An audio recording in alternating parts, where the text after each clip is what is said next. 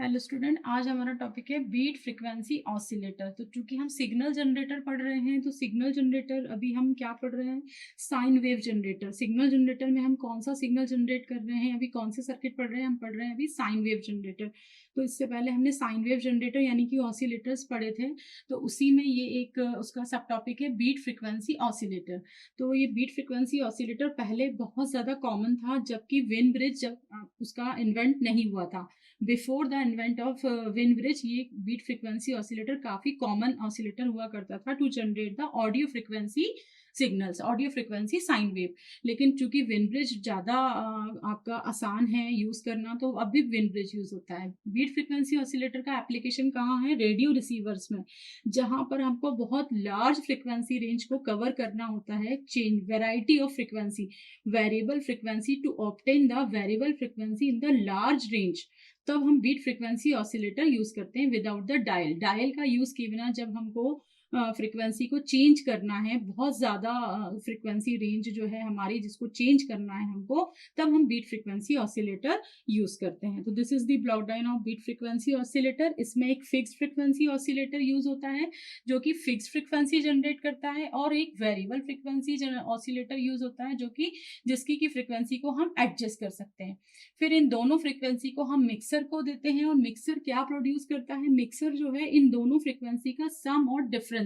यानी कि अगर फिक्स्ड फ्रीक्वेंसी ऑसिलेटर आपका जो है फिक्स वाला, जो अगर अपन बोलें कि एफ एक्स है, और आपका जो वेरिएबल वाला है उसको अगर अपन एफ वाई ले लें, तो जो मिक्सर का आउटपुट आता है, आपका मिक्सर का आउटपुट, मिक्सर जो आपका आउटपुट देता है,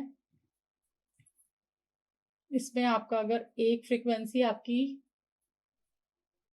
फिक्स्ड है और दूसरी हमारी क्या है, वेरिएबल फ्रीक्वेंसी है, तो ये जो आउटपुट देता है आपका सम और डिफरेंस, यानी कि सम देगा आपका सम ऑफ फ्रीक्वेंसीज, यानी कि f x plus f y, and difference of frequency, and difference जो देगा आपका f x minus f y. तो इस तरीके से सम और डिफरेंस फ्रीक्वेंसी जो है मिक्सर प्रोड्यूस करता है। इसके बाद हम क्या करते हैं, एक रेडियो फ्रीक्वेंसी फिल्टर लगा देते हैं जो कि सम फ्रीक्वेंसी को क्या कर देता है, फिल्टर आउट, और हमको difference frequency f x minus f y जो कि ऑडियो फ्रीक्वेंसी रेंज में होती है हमको मिल जाती है। फिर हम जो f x minus f y जो डिफरेंस ऑफ फ्रीक्वेंसी हमको मिला है मिक्सर के बाद, तो हम इसको ऑडियो फ्रीक्वेंसी एम्पलीफायर लगा के इसको एम्पलीफाई कर लेते हैं।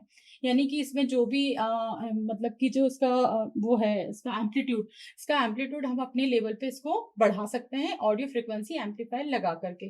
तो ये जो मिक्सर का जो आउटपुट आ रहा है सम और डिफरेंस, यही इसकी सबसे बड़ी खासियत है बीट फ्रीक्वेंसी ऑसिलेटर की।